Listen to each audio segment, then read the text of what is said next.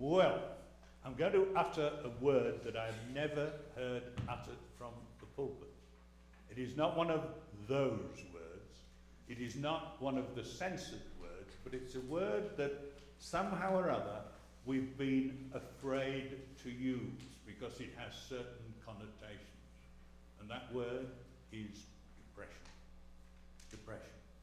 A very real part of human experience, and many, many people have been affected by it. Would you believe that 7 of your presidents admit to having suffered depression? Did you know that? Number 2 president, who was,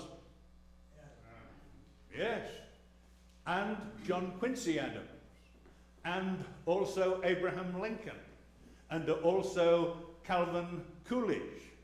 There were 7 presidents in all who admit to having been affected by it. I'm just looking at my list here and see whom I've forgotten. I don't seem to have forgotten any of it. Yeah. Oh, John Adams, John Quincy, Thomas Jefferson, another one. James Madison, another one. British Prime Ministers. Winston Churchill, he called it his black dog. Also, I'm just thinking of another one whilst I think of it, the British Prime Minister. Yes, Lloyd George, Benjamin Disraeli, they too admitted to having suffered depression. It can affect spiritual midgets. It can affect spiritual giants. It can affect people who seem to have everything going for them. You know how many people listen to media stars? Now, John Denver, he suffered from depression, as you will recall, and the great famous person of today, Oprah Winfrey, admits to having suffered from depression. So depression is absolutely no respecter of persons whatsoever. It can affect also spiritual giants. There is a man who wrote a number of hymns. I'm going to ask you if anybody has ever sung these hymns. Have you ever heard the hymn, God Moves in a Mysterious Way, His Wonders to Perform? How many people, hands up, how many people, a show of hands, have sung it? Yeah, and there was another one, Oh, for a Closer Walk with God. How many have sung that one? Not many. Well, those hymns are very famous hymns, and they were written by a spiritual giant by the name of William Cowper. And William Cowper, just after he had written that hymn, Oh, for a Closer Walk with God, it was in October 1777, he called a cab to his home, walked outside and hailed a cab, and it was a foggy, foggy day, and he asked to be taken to the River Thames by the cab driver. And the cab driver put him in the cab, drove him round and round in the fog, and then deposited him at his own home. You know why he wanted to go to the River Thames? Give you a guess. Anybody like to hazard a guess? For a swim maybe in October? Drown himself. He was depressed. Depression, my friend, is as real as influenza. It is something that affects people. It is no respecter whatsoever of persons. Now, I have a book which is here in the pulpit. And I read it last week. I'd read it before. It's written by Ronald Dunn, and it is When Heaven is Silent. That is the name of the book. Now, Ronald Dunn is a Baptist minister who exercises a very, very, very effective ministry in the southern part of the United States. But he had an awful thing happen to him. About as awful a thing as can ever happen to a person. His son committed suicide. And not long afterwards, he developed severe depression. Little wonder that anyone who'd suffered that body blow would suffer depression. And here is what he wrote about it. He said, you need to realize that to a Christian, especially a preacher, and a victorious life preacher at that, brought up in the fundamentalist Bible Belt Christianity of the South, depression was something you didn't have. Psychiatrists and psychologists were doctors you didn't go to. Well, the good news is he was helped by a Christian psychiatrist and restored to his mental health being restored. He never got over the fact that he'd lost his son in this way, that he was a guy who Sunday by Sunday stood up in the pulpit and told people about the answers to all their problems, and there on his own doorstep was his own son, so needy, who committed suicide. It's a terrible thing that could happen. So depression then can strike spiritual giants or spiritual midgets. Try this for size. The scriptures. We go to the Psalms. The Psalms cover the whole gambit of human emotions. I'm going to read some few lines from the Psalms. Okay. Out of the depths I cry to you, O Lord. Psalm 130, verse 1. My God, why have you forsaken me? Why are you so far from helping me? Psalm 22, verse 1. How long, O God, will you forget me forever? Psalm 13, verse 1. I say to God, my rock, why have you forgotten me? Psalm 42, verse 9. Day and night I cry before you, my soul is full of trouble. Psalm 88, verse 2 and 3. Despair, despondency are no respecter of persons. It can even call a spiritual giant like Elijah to pray, it is enough, O God, take my life from me. Here's what I hope to achieve today. I want to destigmatize this. I want people who have experienced depression to know that it's okay. It's okay to feel depressed. It's okay to feel down.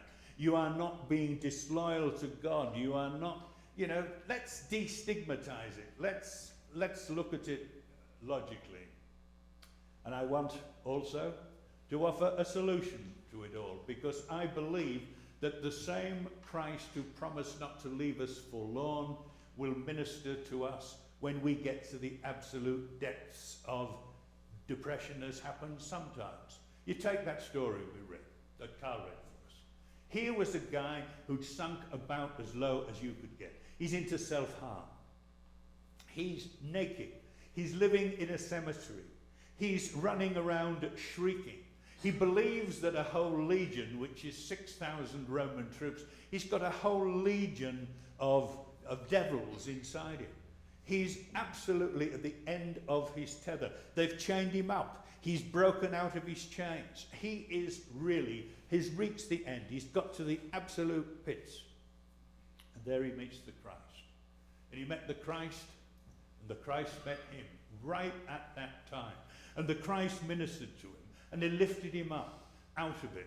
It's a beautiful, wonderful, wonderful story. And the problem with that story is that we put on the 21st century hat and we start nitpicking. We start saying, well, look, Mark says 2,000 pigs got drowned. Who owned the pigs? What economic hardship it was to them? 2,000 pigs in the Sea of Galilee, this very small lake, would poison it for generations. We get lost in all those nets. Fact is, what he's trying to say to us, he's trying to say to us that this man, Legion, as he calls himself, he needed a sign of some kind that would tell him that he had lost his illness. And if he believed, it's what Legion believed, it's what the readers of the original readers of Mark's Gospel believed, that's what counts here.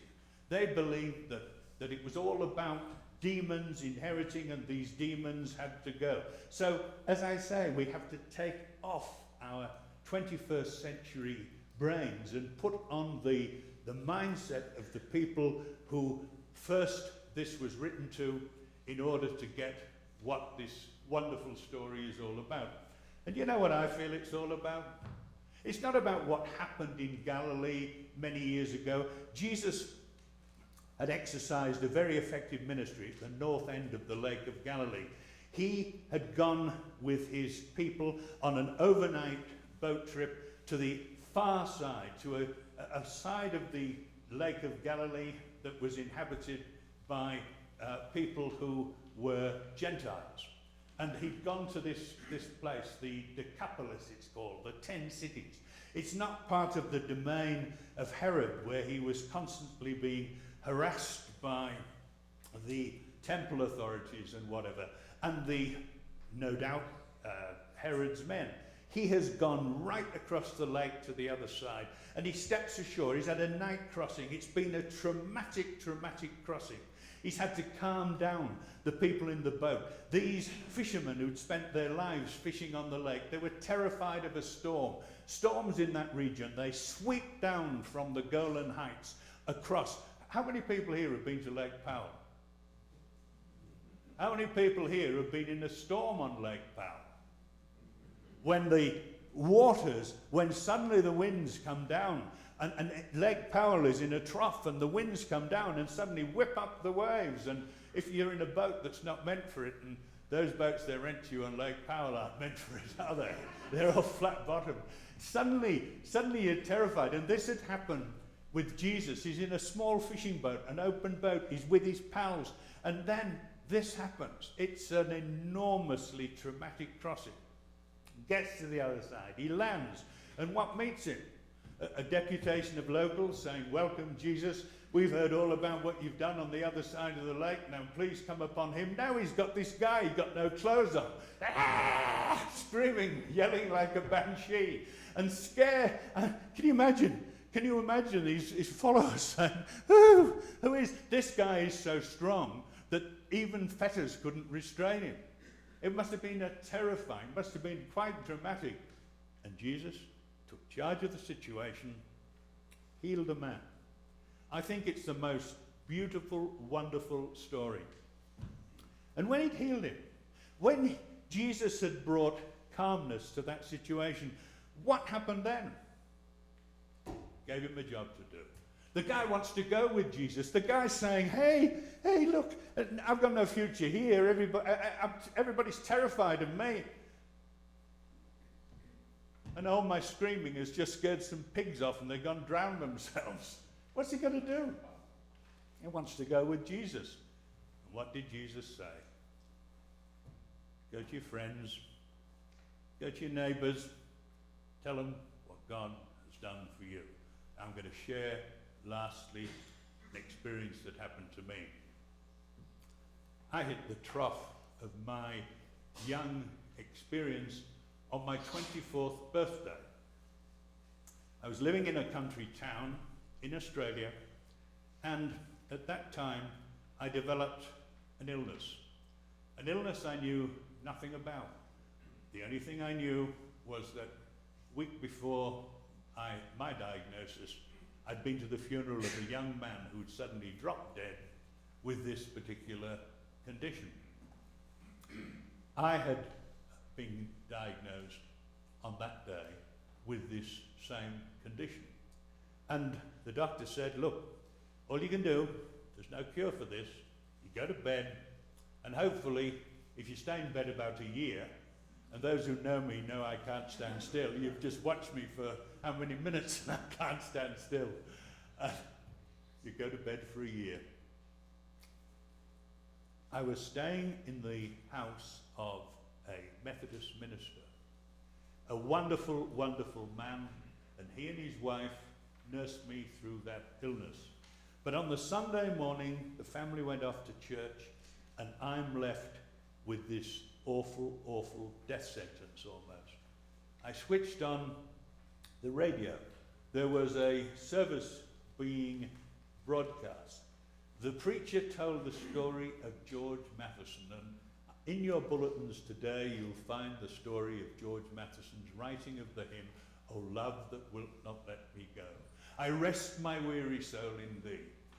At the time that George Matheson, he was 40, he was a minister in Scotland, he was exercising a very effective ministry, and he was blind. And his eyes were the eyes of his sister. His sister had been with him all the way through. And that day she got married. And moved away. So he wrote that story, "O love that wilt not let me go." And here, through the words of this hymn, I was infused. I thought, what am I doing sitting here, almost snivelling? Here, feeling sorry for myself. Here, feeling the ground had been cut away from me. And I felt uplifted. I felt raised up. I felt raised up as Paul sang this morning. So I could walk on mountains. I thought, I'm going to get over this thing. And you know, it was wonderful. It was brilliant. Yes, I was raised up. And I got a job to do. I got a job to do, just like that guy. You know, Jesus said, go tell everybody. What do you think God said to me? Go tell everybody. And here I am telling it. I rest my case. Amen.